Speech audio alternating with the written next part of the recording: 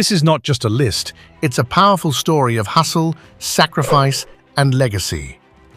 From self-made tycoons who started from nothing to dynasties that turned politics into business empires, these are the top 10 richest people in Kenya 2025 and how they built their wealth. Number 10. Chris Kirubi's legacy. Net worth $1 billion. Chris Kirubi, also known as DJCK, was more than just a businessman. He was a Kenyan icon. Born into poverty and orphaned at a young age, Kirubi worked hard through school, took menial jobs, and eventually ventured into real estate.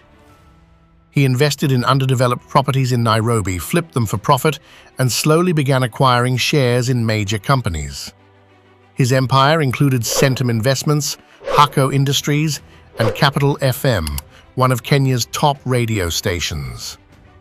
Kirubi was also a mentor to thousands of young people, often urging them to think long-term, invest early, and remain disciplined.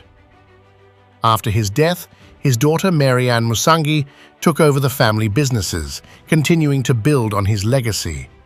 Kirubi didn't just make money, he inspired generations to believe that anyone can rise with strategy and boldness.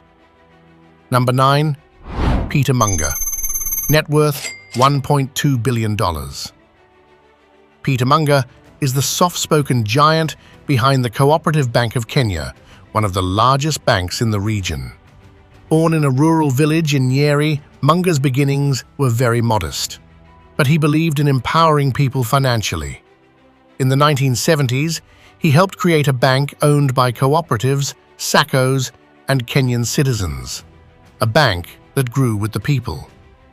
Today, Co-op Bank serves millions of customers, and Munger still owns a significant stake.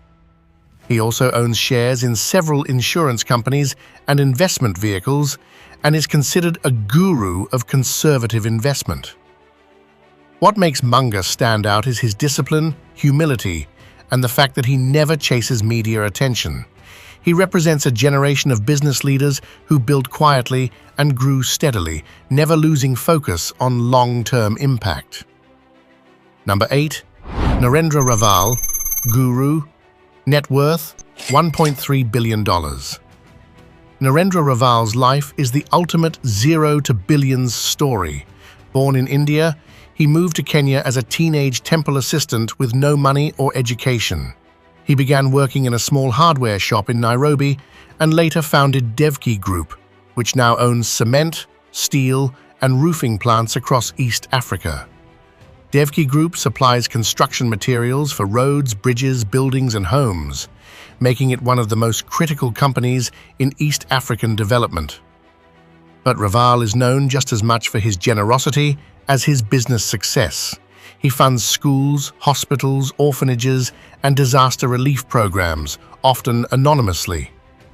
Despite his empire, he drives modest cars, lives humbly, and wears simple clothes.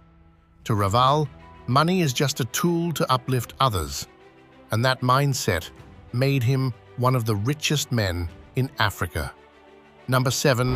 Vimal Shah. Net worth $1.1 billion. Vimal Shah is the face of Bidco Africa, one of the largest manufacturers of consumer goods in Africa.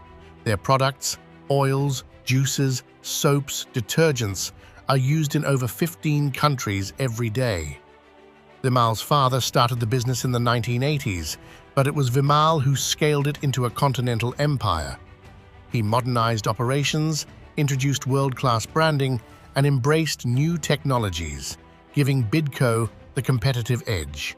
Vimal is known for his cool-headed leadership and his belief in transformational business, companies that not only profit, but solve social problems. He's also a speaker and mentor, encouraging young entrepreneurs to think scale, think big, and think beyond Kenya. His story proves that you don't have to be loud to be powerful. Strategy always wins. Number 6. Bimji Dipar Shah. Net worth $1.2 billion. Bimji Dipar Shah is the founder of Bidco Africa and father to Vimal Shah. While Vimal scaled the company, it was Bimji who started it. with a tiny soap production line in Nairobi. He believed in basic economics. If you serve basic human needs consistently, you'll never run out of customers. That philosophy built Bidco's foundation, affordable products that serve everyday people. Bimji is known for his calculated investments, discipline, and long-term thinking. He stayed out of politics, stayed out of controversy, and focused entirely on building a solid family business. His legacy is a reminder that even the smallest business, when nurtured with love and vision, can become an empire. Number 5. Samir Morali, net worth $1.4 billion. At just under 40, Samir Morali is already one of the richest people in East Africa. He inherited the Samir Group from his father Noshad Morali, a titan of Kenyan business. But Samir didn't just inherit wealth, he reinvented it. He expanded into tech, venture capital, clean energy, and infrastructure financing, becoming a leader in modern enterprise. The Samir Group controls tire manufacturing, agribusiness, real estate, logistics, and has major stakes in telcos and fintech platforms. Samir has kept a low profile, but industry experts say his decisions are shaping the future economy of Kenya. He represents the new billionaire class, young, connected, digital-first, and quietly powerful. Number 4. Manu Chandara, net worth $1.7 billion. Manu Chandara is the chairman of Comcraft Group, an international manufacturing group present in over 40 countries. Comcraft produces aluminum, steel, and plastic goods used in infrastructure and construction. Manu's leadership made the group one of the largest family-owned businesses in Africa. But what makes him truly iconic is his philanthropy.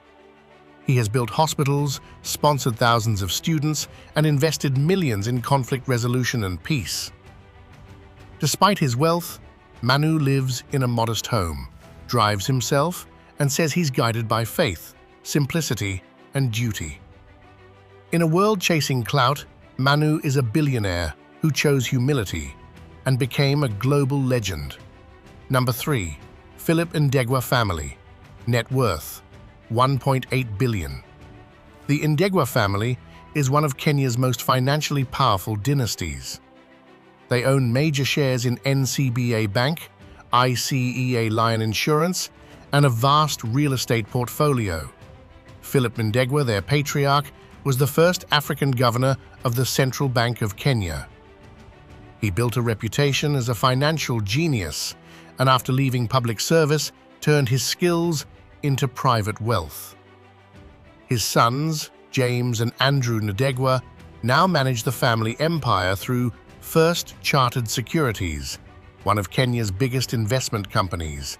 They keep a low profile, but make big moves in banking, hospitality, and logistics. They prove that real wealth doesn't need attention, it needs structure and vision. Number 2.